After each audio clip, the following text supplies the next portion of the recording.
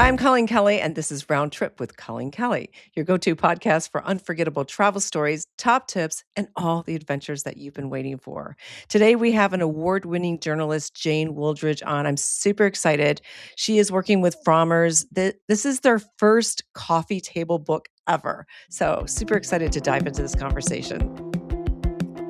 Welcome back to Round Trip. I'm Colleen Kelly, and today I'm very excited because I've got a very special journalist on. Her name is Jane Wildridge, and she is an award-winning travel writer, business journalist, and author of this book that we're going to talk about today, Frommer's Comfort in the Wild, 100 plus idyllic nature destinations, no roughing it required.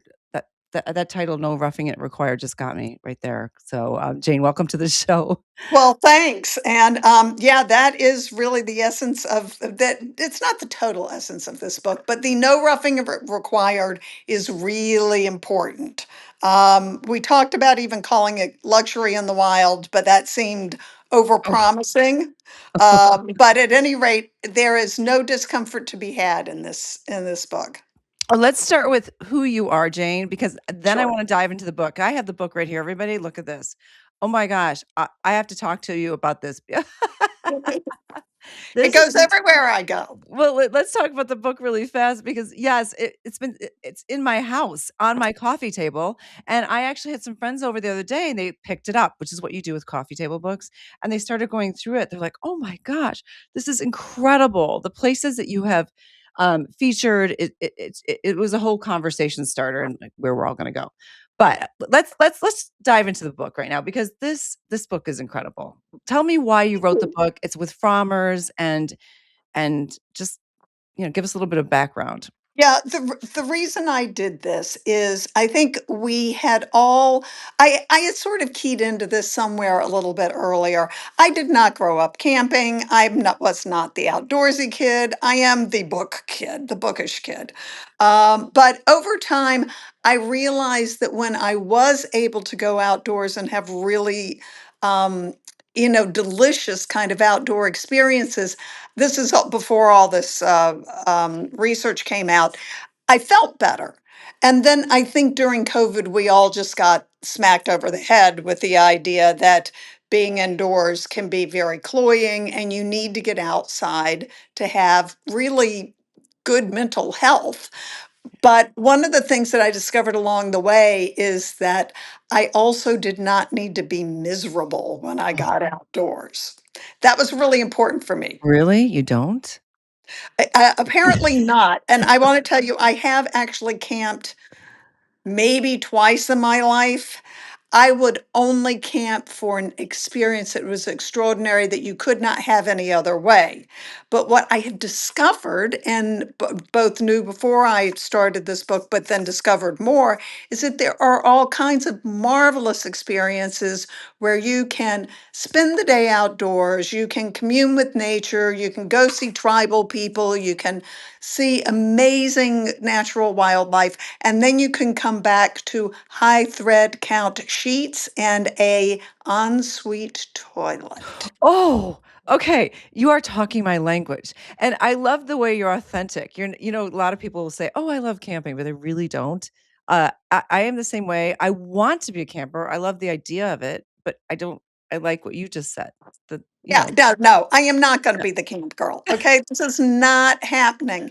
yeah, But I do love the being outdoors part. yeah. So, and I realized that there are people like you and me who, gee, it would be great to go take a hike or do some amazing wildlife watching, but not so much back into the sleeping bag. This is Yes, not for me. yes. And the bathroom thing is, we have to have the bathroom. I mean, I don't know. I, At this age, I'm just like, just nice bathroom. We got have yeah, to have that. bathroom is key. Yeah. Bathroom is totally key. So let's talk about Jane as an example of some of these because I have been going through your book, and of course, here it is. Everybody will post more information, of course. But give us an example of a couple of your, examples of how do I say this? Where to stay or your favorite. I shouldn't say favorite places because I imagine most of them are your Right. favorite. But paint us a picture of what it's like in some of these places.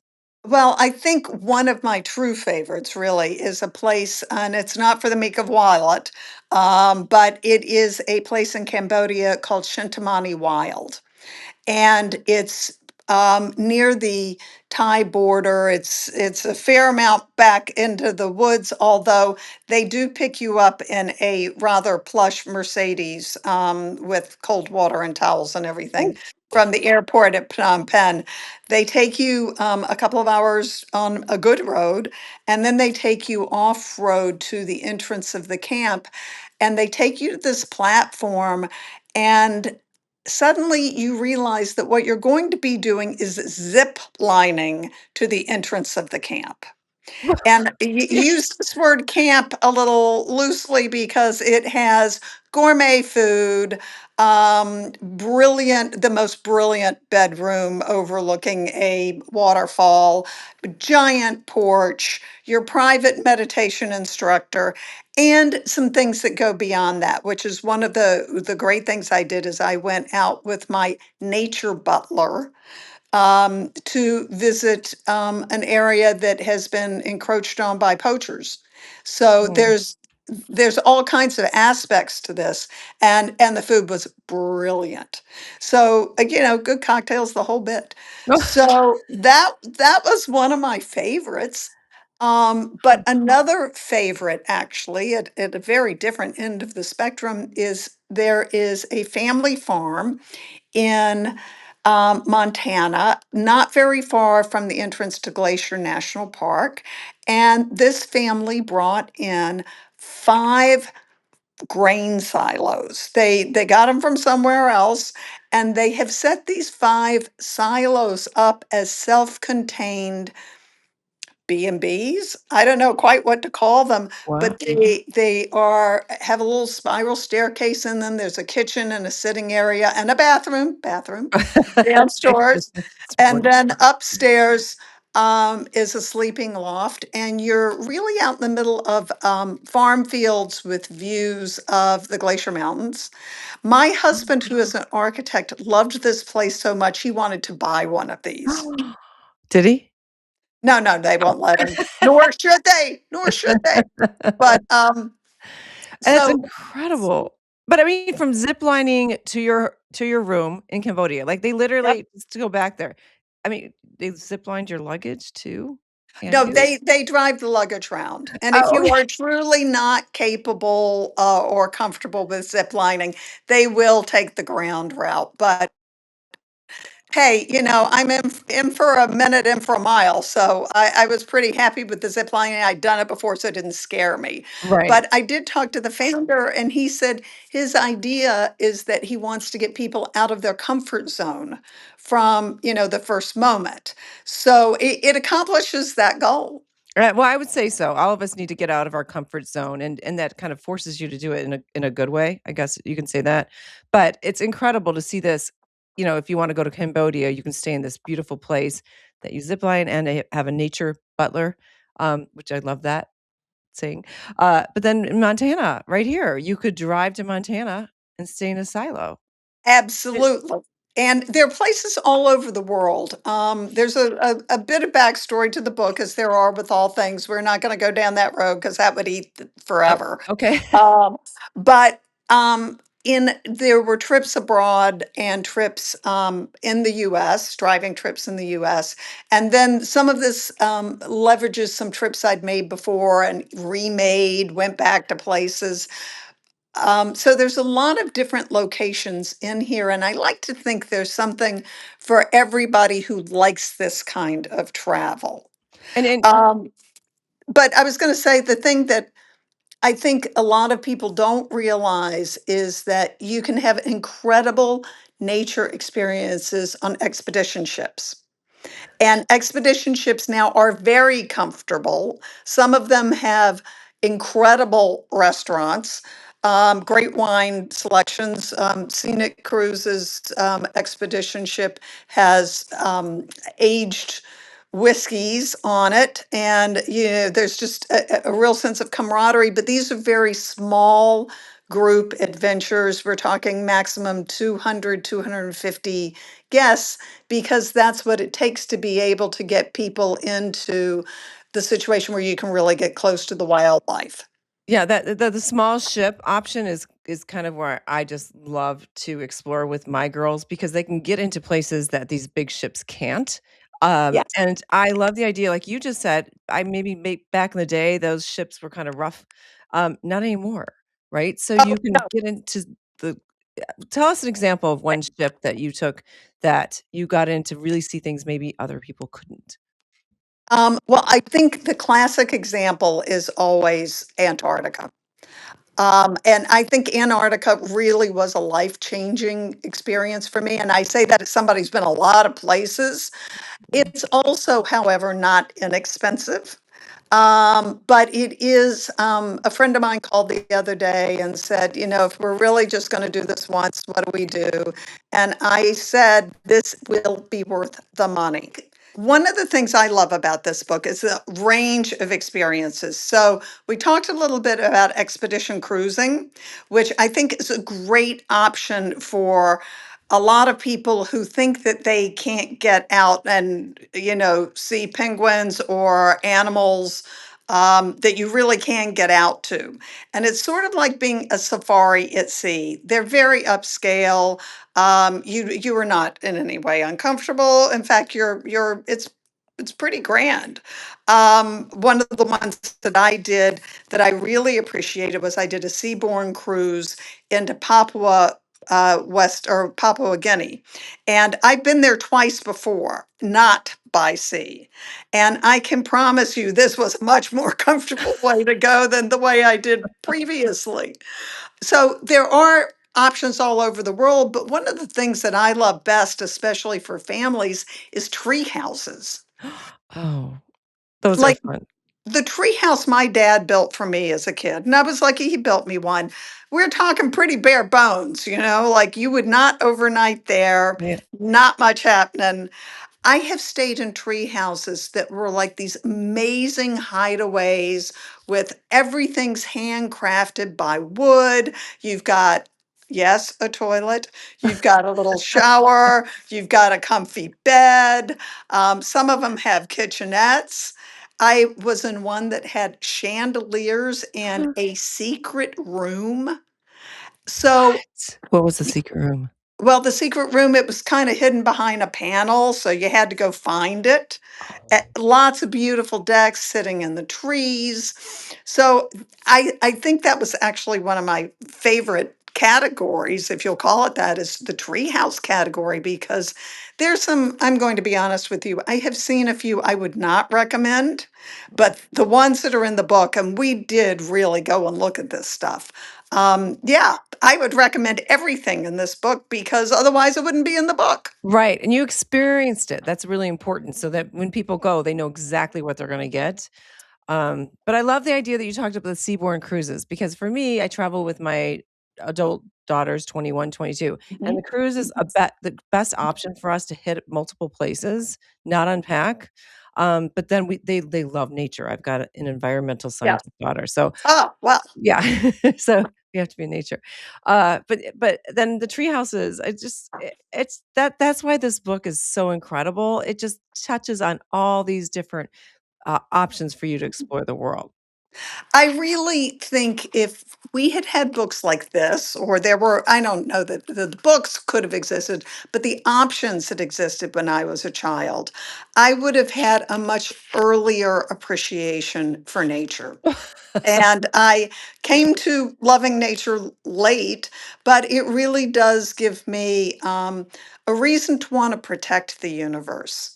You get out there and you're ziplining and in front of a yellow toucan, and you think, "Boy, I really want this toucan to have a home." So it just shifts my appreciation of what the world has to offer, and it just brings me closer to things. I will tell you that my personal favorite animal is a sloth, Oh, and a sloth. Yes, a sloth. they don't do a It lot. they don't do a lot, but they're very charming. I have held sloths. I have seen sloths in trees. And I've gone from sloths to swimming with whale sharks, which was Oh. really an experience. I wasn't very good at it. Oh, I didn't keep up. The whale shark beat me, but I got to see this incredible creature pretty close. And those are things you just can't count on doing everywhere.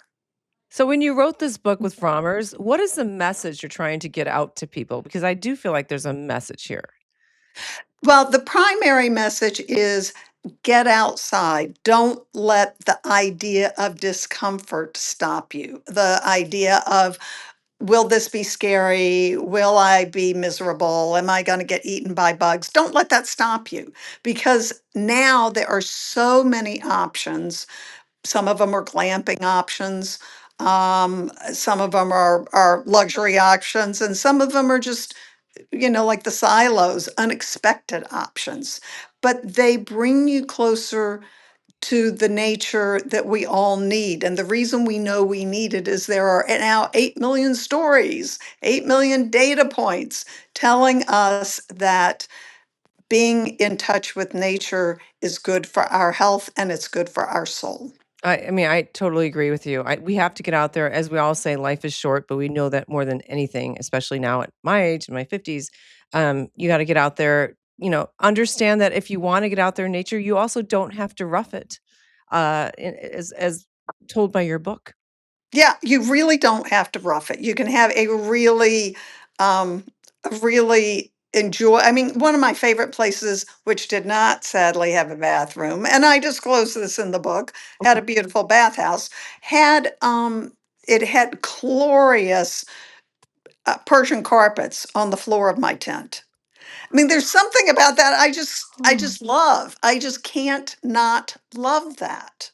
what a gift! What a gift!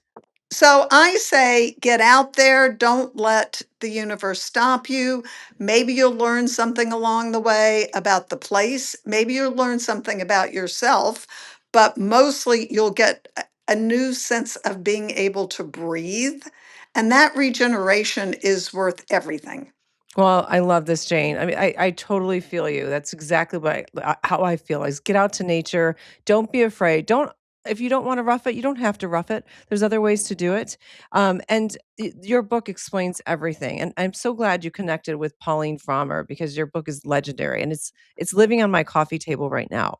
Well, It's thank such you. a It's beautiful. Frommer's first coffee table book. Oh, And I'm very happy to have been working with Pauline in that process. So excited about it. Happy to be here with you today.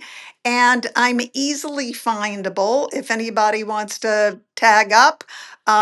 It's Jane Wildridge, MIA at gmail.com. And that's Jane Wildridge, MIA. You can call it Miami or you can call it Missing in Action because they both okay. apply. Yeah, you're gone a lot. You travel everywhere, and I'm thrilled to have you on the show. Again, she's an award-winning journalist, and just super happy to have you, Jane, and talk about your book and Frommers, and of course where they can find you, which is Jane Wildridge, MIA, Missing in Action. I like that better because I think you're always gone I think somewhere. so too.